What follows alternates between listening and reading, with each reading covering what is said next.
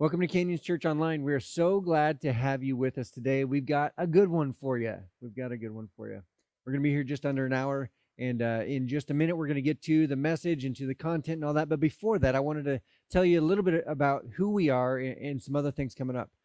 First of all, our mission is to lead people into a growing relationship with Jesus Christ. This is true week in and week out in all of our environments, whether you're here in our building or if you're at home on your couch and you're part of Canyons Church. This is our mission, right? We want to be a group of people that's moving in a direction in a growing relationship with Jesus. And that looks different for everybody, but there's a few steps that we can all take, whether that's join in community, whether that's start to be generous and give with our money, whether that is serving with our time and our energy, or maybe it's inviting someone to come along with you. It could be any number of different things, but we want it to be moving in a direction, not just to consume, but actually to do something about what we experience here. Now, something else I wanted to let you know about. I know I've talked before, but I'm really excited about this. It's called Together We Serve. We are joining forces with a couple other churches in our valley, and we are doing something that, honestly, if you just asked someone on the street, like, "Hey, what do you think? What do you think churches should be doing?" Like, if you just pretended that you didn't know of any churches, you didn't have any experience with churches, and you just told them that there's these organizations that believe in God, that believe that He is good and He is for people and He loves people, what should those churches be doing? And chances are they're probably going to say something about be in and for and a part of the community, right? So we're going to do that. Coming up August 22nd, we're actually going to pause our service. We're not going to have a in-person service that day. We're going to meet over at Pioneer Park in Lewiston, and then we're going to serve and do some service projects throughout the community, throughout our valley that morning. So this is, I love it. I love it because I think that this is what the church, Big C Church, should look like. Like, we are caring for our community, and I think that we should be leading the way and setting the example for that. Because that's what I believe that Jesus and what God's heart is for our communities. So that's coming up. Don't forget, August 22nd. No one will be at church, so don't show up that day. Come and serve. Thanks for being here today. We are going to kick off a new series. It's a 2-part series called Don't Be You, and I hope you get something out of it.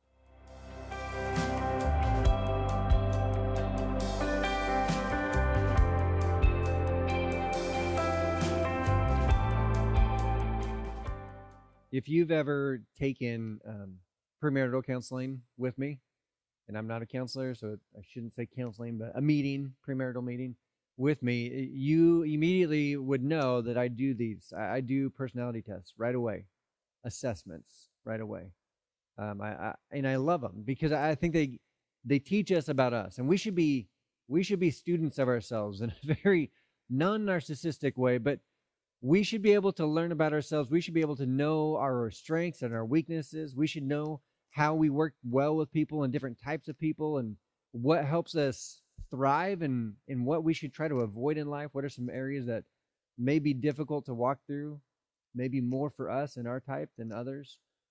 So I love personality assessments, whether it's the Enneagrams. I'm a 2 with, I don't remember what kind of wing. Is it a wing or an arm? I don't know. I've got 2 arms, so that helps.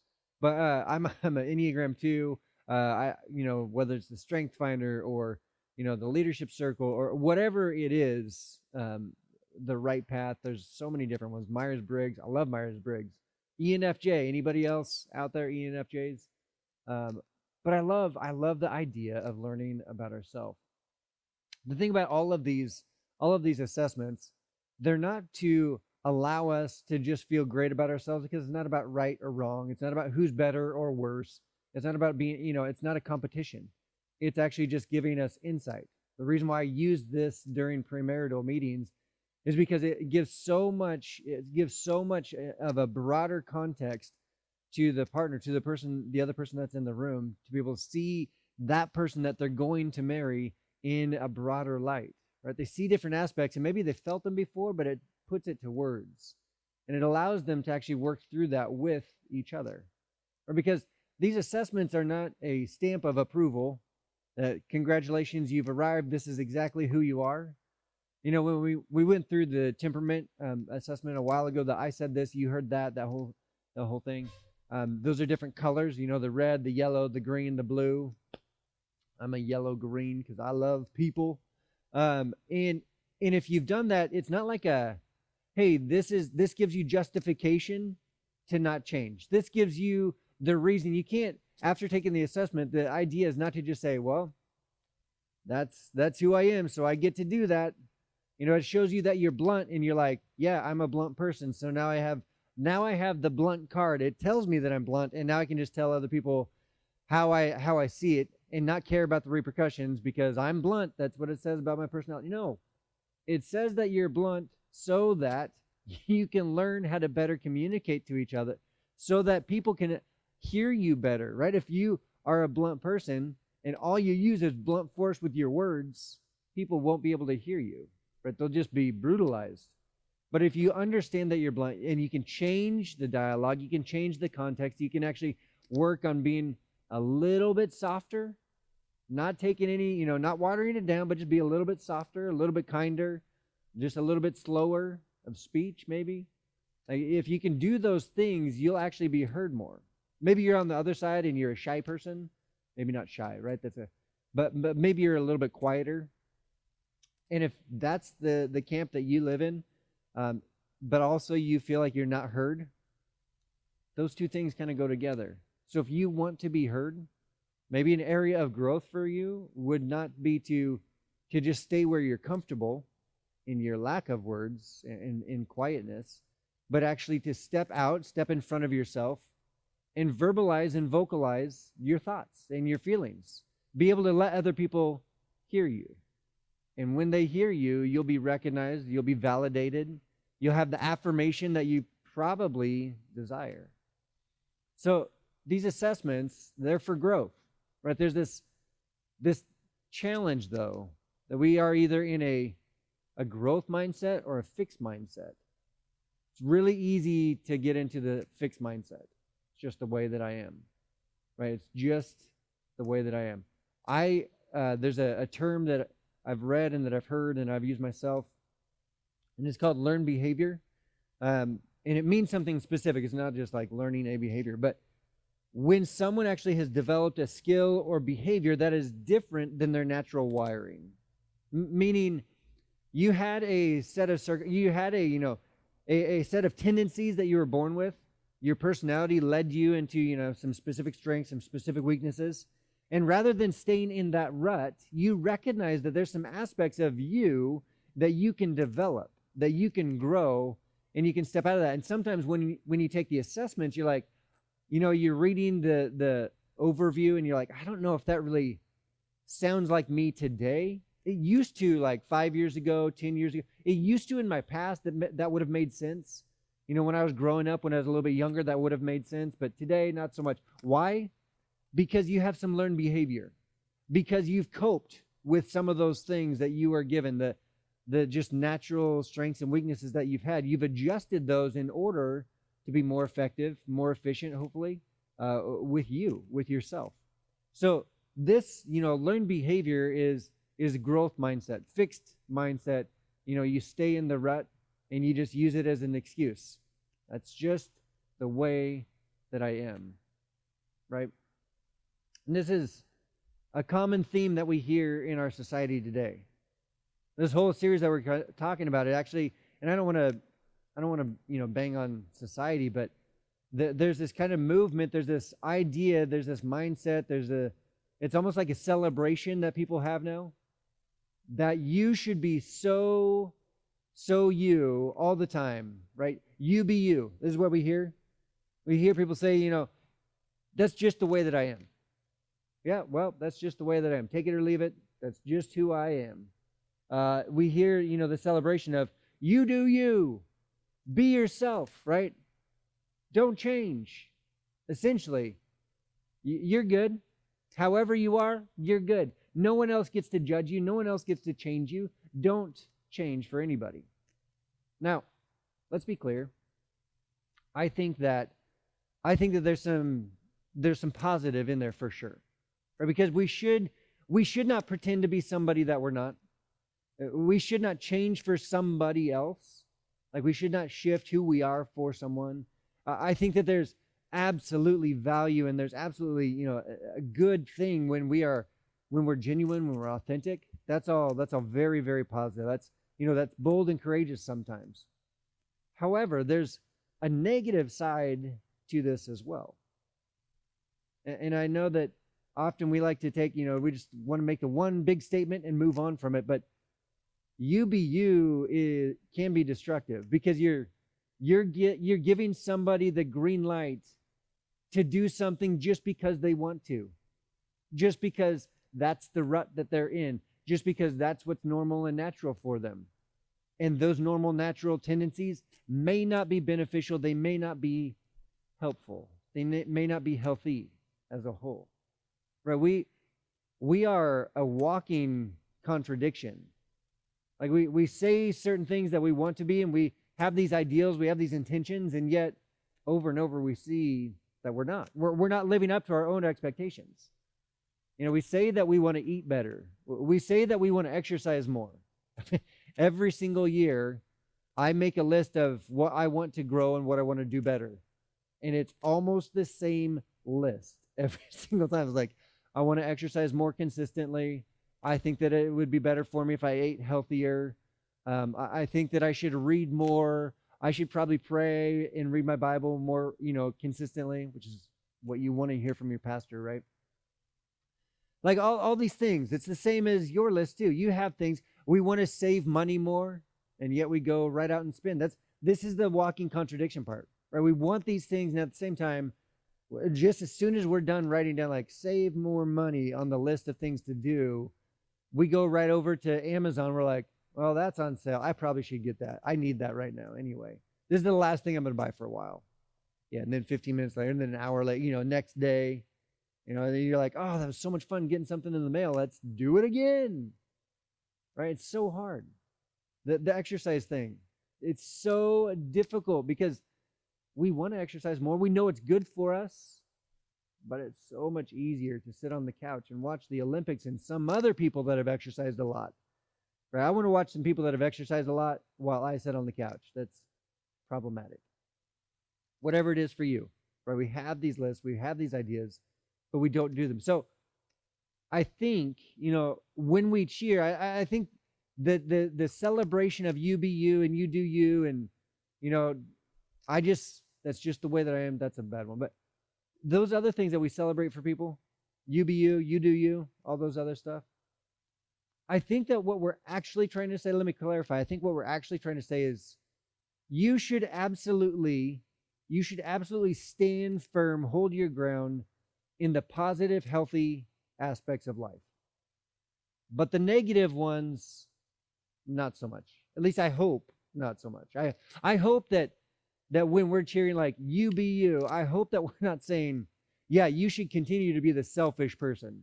No. We want them to be the generous, the kind, the loving person, the best version of themselves, not reverting back to average or below average. We want them to be the best version of themselves. So this whole entire series, we're discussing this tension that we all have, right? And it's essentially, it's how do we stay true to ourselves when our true self isn't really cutting it, right? This is the value. We got to stay true to ourselves. But what happens when we recognize that our true self isn't actually cutting it? There's a thing that happens as we get a little bit older. When you get older, you recognize the areas of your life, that there's more areas of your life that you didn't see before, that you're not cutting it. And it's difficult and it's hard. You're like, man, I thought I had that under control, and apparently I don't. And then you see another perspective, another angle on yourself. You're like, man, I didn't even see that before. I didn't know that I wasn't fill in the blank, whatever it is that you see about yourself that you don't love, right? And that's what this whole series is about. It's about this countercultural, counter-narrative idea of don't be you. That's what we're going to say throughout this series. Don't be you. That's our language. That's our verbiage. Don't be you, right? Because I want you to be the best version of you, not just the rut that you've been stuck in. I think that you want to be the best version of you. I think God wants you to be the best version of you. I think that your family needs you to be the best version of yourself. So don't be the stuck in the rut you. Don't be that you. Be the better version of you. Step forward, move from a fixed mindset to a growth mindset. Now, we're going to look today at a specific moment in Scripture, and this is a difficult one. I mean, we talk every once in a while. We'll talk about how to engage with Scripture.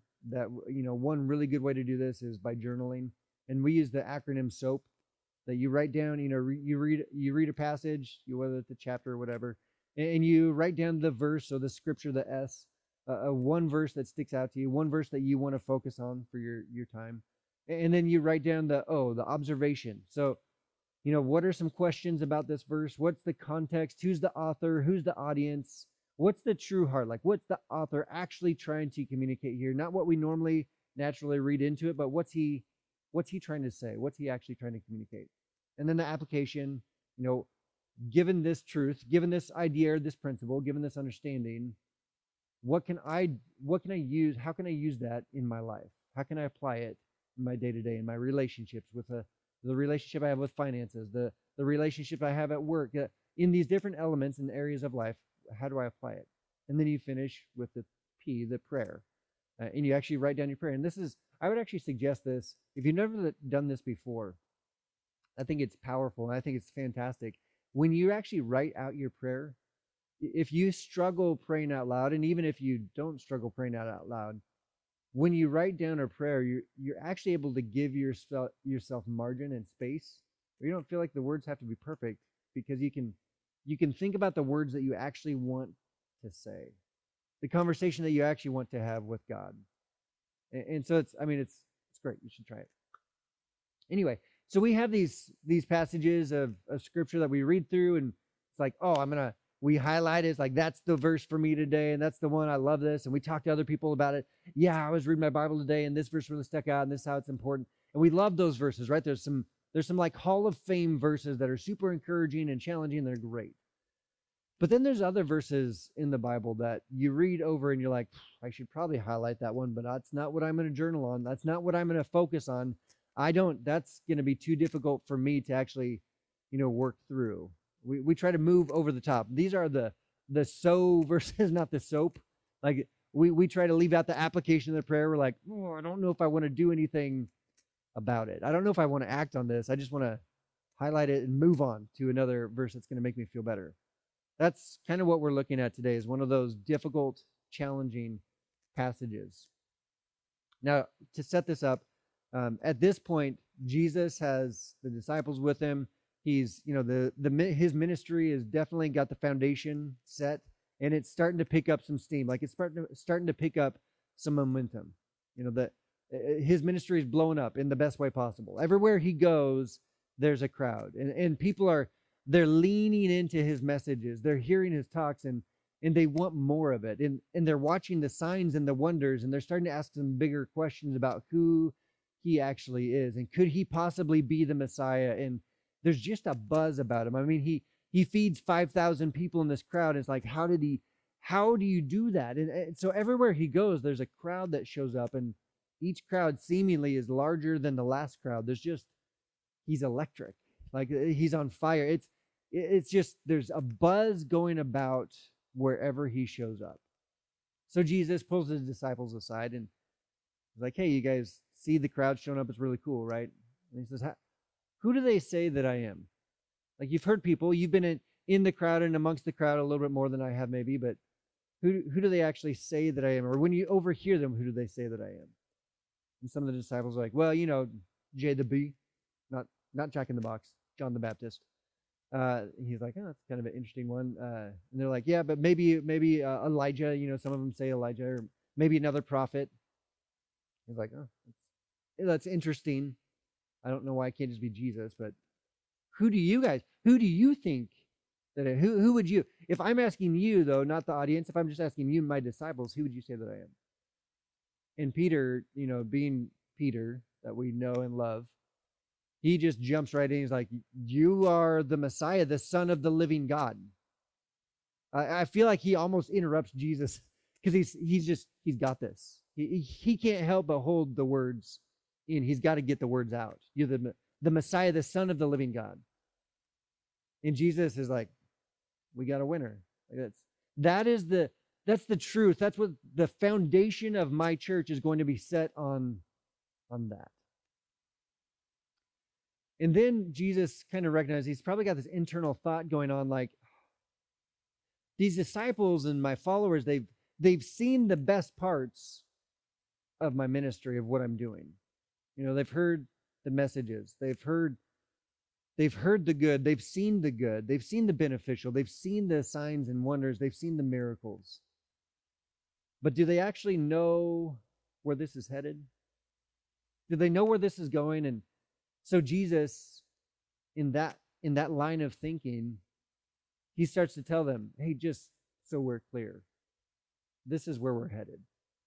I'm going to suffer. I'm going to be beaten. I'm actually going to be killed. And then I'm going to die, and 3 days later I'll be raised back from death. Like, that's where this is headed. It's not going to be easy. And of course, Peter and all of his moxie and all of the, he just answered the right question, like that. He's got all the confidence in the world, and he says, no, not on my watch, Jesus. I'm not going to let that happen. And Jesus kind of pulls Peter aside and corrects him. He rebukes him. He's like, you have in mind the things of man, not the things of God. Like complete 180-degree shift. It went from hot to cold real quick. And then Jesus, again, he's like, I need to make sure that all of my disciples, everyone that's here needs to hear this. So in Luke chapter 9, verse 23, he said to them, whoever wants to be my disciple must deny themselves and take up their cross daily and follow me. I love that he starts off with whoever wants to be my disciple. Not like this chosen few. No. Anyone from any group, from any demographic. If you want to be my disciple, if you want to do this, you must deny yourself, take up your cross daily, and follow me. Now, this is a very clear visual for the disciples.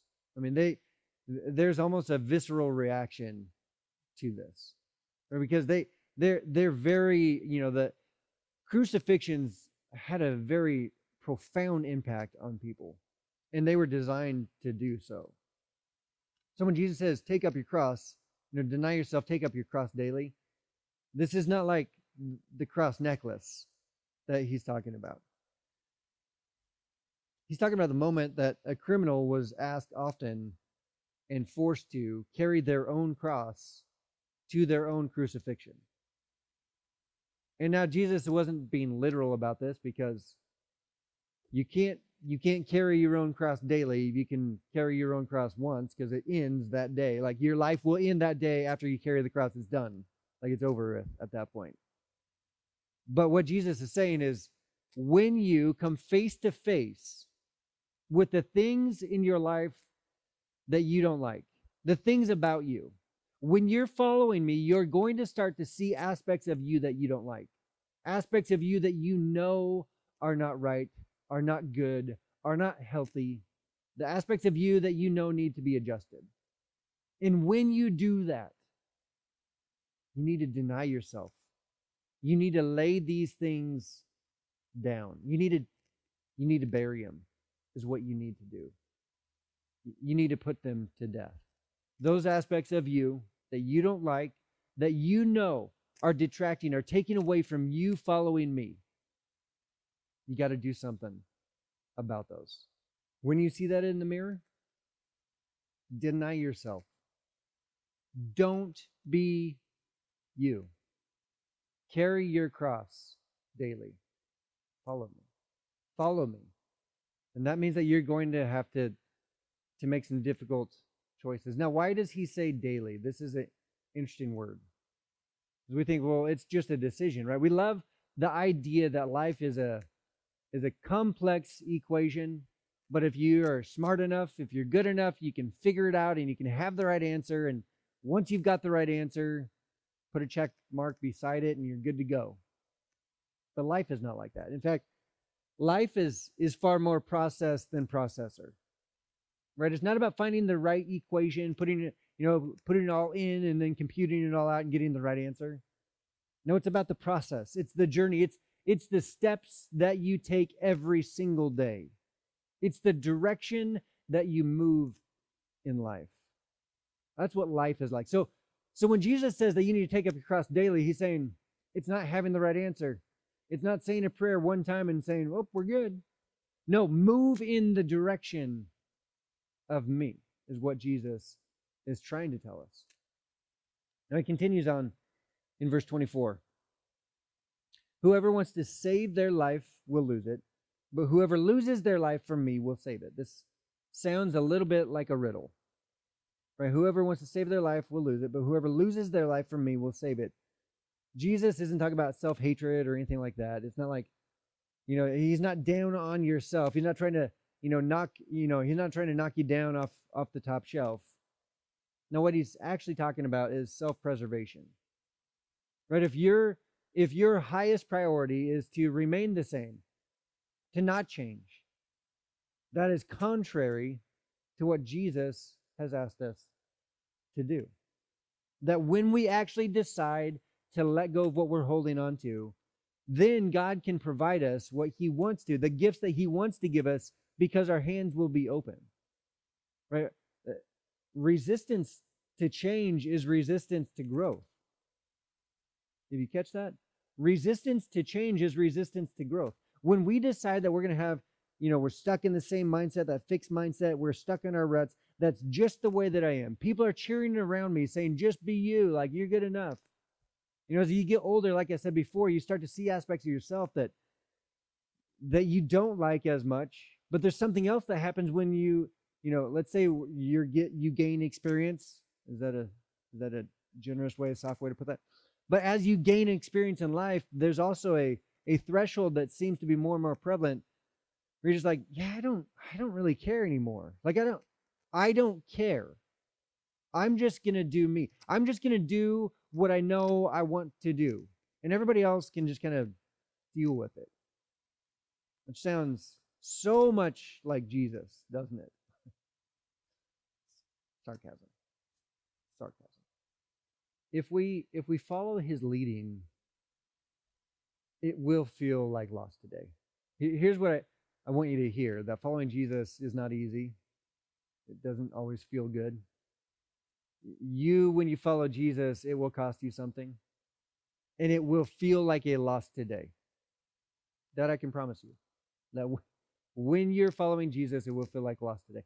And in the seasons to come, you will be so glad that you did. You will be so grateful. I am so thankful that I made that difficult decision in that moment. Even though it felt like loss, it provided growth. It's like there's a resurrection that happens when we lay down one thing, new life springs up. It's like maybe you've been in a dating relationship and you knew that it wasn't right. You knew that it wasn't good for you. You knew that it wasn't going anywhere. You were just passing the time. And if you've been in that spot, you also have the tension of, I need to get out of this. I need to be done with this. But it's so difficult. You start dealing with the emotions. You start dealing with, the loss of relationship and breaking someone's heart, and then breaking it. It just gets messy, right? And you're like, I don't know if it's really worth it. But then if you've walked through that, maybe it's a month later, maybe it's a year later, maybe it's 10 years later, but eventually you look back and you're like, I am so glad that I did that. There was new life and new opportunity because of that. My life would be so much different had I not. Maybe it's a career change or a job change. Like I thought I had the job that I loved, or it was good enough, it was paying the bills, but you just had something that just didn't sit quite right for you. Or maybe it was a great job and you should have loved it, but for whatever reason, you felt like God was asking you to lay it down. And it's so scary, right? It cost you something. Maybe you had to go back to school and it literally cost you some dollars. Maybe it cost you your time or some resources. Whatever it was, it cost you something to make that big of a change. But again, later on in life, you look back and you think, I couldn't imagine had I not done that.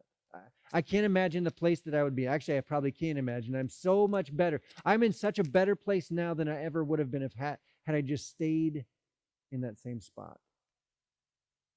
Resistance to change is resistance to growth. And when we lay down those things in our life, it provides opportunity for new life, for a small, sometimes large resurrection, if you will, in our life. Even, it gets down to even within a specific conversation in a relationship. Have you ever had those moments where mid-argument, you're like, I'm just trying to be right. Like, it's not about me or them, it's just my perspective. Like, I'm just trying to prove that they're wrong, that I'm right. In mid-argument, you realize this probably isn't worth it. It's not worth it to be right, because being right at this point is actually doing something to the relationship itself. It is more valuable, the relationship itself is more valuable than me being right about that stat or that question or whatever it might be, that trivia quiz. Like, it could be any small, like, what's the rules to Monopoly? Like, it could be anything. And you're like, it's just not, that is as important. And you let a little bit of yourself die in that moment, but then later on you look back and you think back, you're like, I'm so glad that I did that. I'm so glad that I relented. I'm so glad that I sacrificed. I'm so glad that I laid that down, because my relationship is so much better because of that. It grew because of that. It's better. It's fuller because of that. I think we often get to a misunderstanding, if you will, a myth in life when it comes to dying to ourselves. And you've gone to church and you've heard this before, probably you read the Bible and you've heard that verse before. We have this myth that we latch onto, that dying to self means death to fun, which sounds an awful lot like a grunge band back in the day. Death to fun. Anyway, it means death to fun or in success and happiness. Like, it's the end of it when we die to ourselves. Our ticket to heaven guarantees our misery in this life. And we probably won't ever say that out loud. We kind of feel it. It's like, if I choose Jesus, I gotta let some stuff go. And it's stuff that I might enjoy. It's stuff that I might feel like, just, it's the fun, it's the happiness, it's all those things we feel like we're giving up on. If I choose to be generous, then obviously there's a correlation with how much money is in my bank account if I'm giving stuff away. Like, that mathematical equation is pretty strong.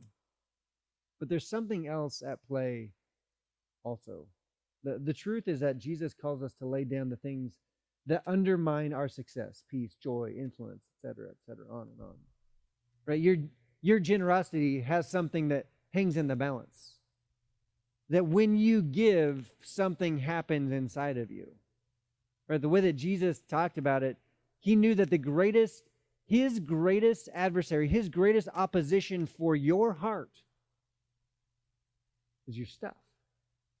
And the way that we choose to prioritize Jesus is through generosity. And lo and behold, when we're generous, something happens. We become happier. We have more peace. We have more joy. We gain more influence. Jesus calls us to lay down the things that undermine these. Right? These aspects of life, that's actually our goal. That's the direction that we want to head. Those are the things that we want. It's not about the boat. It's about what happens in the boat, right? That's why we want a boat, because there's so much fun. There's family things that happen. There's bonding that happens within a family. But the things that we're asked to lay down, they undermine that. Jesus isn't asking us to lay down good things. He's asking us to lay down the things that are detrimental to our relationships, to our growth, to our health. as a whole. You know, it's like Jesus is saying, hey, can you lay down the microwave and the Hot Pockets? Because I've got a pellet grill and a big old brisket for you if you would just lay down the microwave and the Hot Pocket. And you go around and you're praying about it. You're like, God, I want the pellet grill. I want the brisket. It sounds so good. And we tell our friends, we're like, oh my gosh, it's going to be so good. It's going to be healthier for me. It's going to be better for me. And even though we're verbalizing that the whole entire time, we're still holding on to that Hot Pocket. Frozen solid in the middle, molten lava on the outside, right? What are we doing?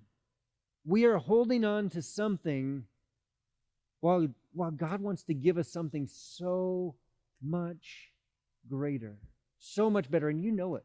You know that it's going to be better. You know that it's going to be greater. Following Jesus it's not a one-time decision. It's not a singular event. It is a decision to daily carry your cross, a decision to daily deny yourself, a decision to daily focus on what step I need to take today. What direction am I headed? Where am I moving in life right now? You know what's interesting when we follow someone? And this was so true of the disciples, and it's true of us today as well. When you follow someone, their journey becomes your journey. Imagine this. The disciples get asked to follow Jesus. They roll the dice and they follow him. And in that moment, it's not just Jesus' story anymore. It becomes part of their story. Why? Because they were there too. They were passing out the bread and the fish when Jesus was multiplying it. They were watching Jesus walk on water, and Peter did for a brief moment, right? It was his story too. When he followed Jesus, and when they followed Jesus, it became their journey as well, became their story as well. And that's true of you also. Now, as we close up today, I've got some questions. I've got some questions for you that are hopefully going to be challenging. I want you to be able to engage with these. I want you to be able to pause and think about it, but actually come up with some answers for them. Don't just skate by these. Don't just move beyond them. I want you to actually work on them. What needs to be laid down in your life? What needs to be laid down? You know it. You've probably thought about it the entire message. And you've hoped, please don't use that as an example. Please don't use that as an illustration. I don't want to hear the words come out of your mouth because then I'll be forced. It's like, oh, that was the thing. You don't need to hear those words. You know what it is. You know what needs to be laid down. What needs to be laid down in your life? Second question, what have you laid down before that you've picked back up again? Right? You've been through this process before. You've been down that road before. You laid it down. And then a little bit later, you went back by and picked it right back up. What are you holding on to? What have you picked back up that you know, again, you need to lay it down again? And then finally, what is undermining God's plan for you? What is it? If you're a Jesus follower, what is undermining God's plan for you? You know that God has a great plan for you? Do you know that God has a plan for you to impact those around you in your circle of influence as well as other people? That his plan for you is to represent him everywhere that you go and to watch and see what happens when you do that. Like his plan for you is not small. Something I've learned about life is, yeah, life can be difficult. And sometimes that we are faced with a circumstance that we did nothing about. Like we didn't cause it. There's a pandemic that happens and it affects us. Some of us more and some of us less, but it affects us. We've all had to walk through that. We didn't start it. We didn't do it ourselves. It's just a set of circumstances that we find ourselves in. Other times in life, though, we find ourselves in circumstances because life provided an opportunity for us to pick something up that we shouldn't have. Life provided an opportunity for us to hold on to something that we should let go of. Life provided us an opportunity to cling to what we need to put down, that we need to put to death in our life, that we need to deny ourselves and deny it in our life. Why? because that's not who you are. That's not who God created you to be. And it is absolutely undermining all of that. What is it? What is it? Now, if you're not a Jesus follower, there's some, similar question for you. What are you holding on to that is holding you back? Like, I'm not sure about the whole God thing, and that's great. I'm just glad that you're listening. I'm glad that you're here. But for you, what are you holding on to that is holding you back? Because you have goals in your life. You know that you have a set potential in your life that you would love to live up to. And yet something that you're doing, or some things that you're doing, some things that you're holding on to, is keeping you back, holding you back from it. What is that? Now, next week, we're going to talk about something very specific that when we have it in life, when we utilize it in life, it actually helps us arise to the occasion. It helps us live to the fullest potential that we have. But when we don't have this element in our life, that it absolutely undermines, it absolutely detracts, it takes away, it handcuffs us from the person that we want to be. So you're not going to want to miss next week. Let me pray as we close up. Dear Heavenly Father, we thank you for today. We thank you that today we have opportunity. Today we have choice, and this is a gift that you've given us. And we get to choose what we pick up. We get to choose what we lay down. God, I pray that you would give us the insight to see exactly what we need to lay down in our life. That we would have not only the insight to know, but also the courage and the boldness to do, to actually act upon this, that we would lay this down, that we would sacrifice, that we would die to ourselves, that we would deny ourselves, that we would not just do you, that we would actually take the steps that we need to in order to do something about this and apply this principle, apply this truth. And God, we thank you that you've given us the ability. We have everything that we need in order to do this. In your name we pray.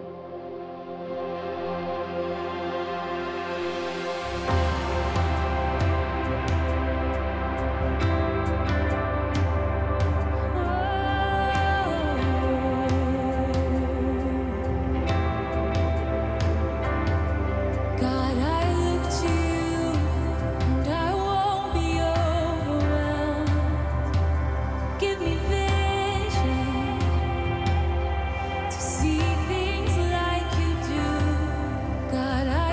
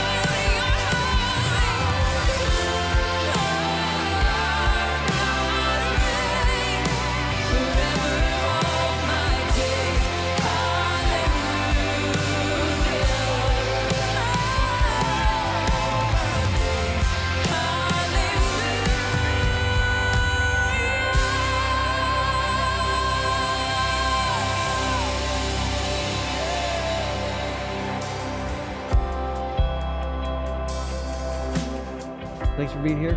We will see you next week.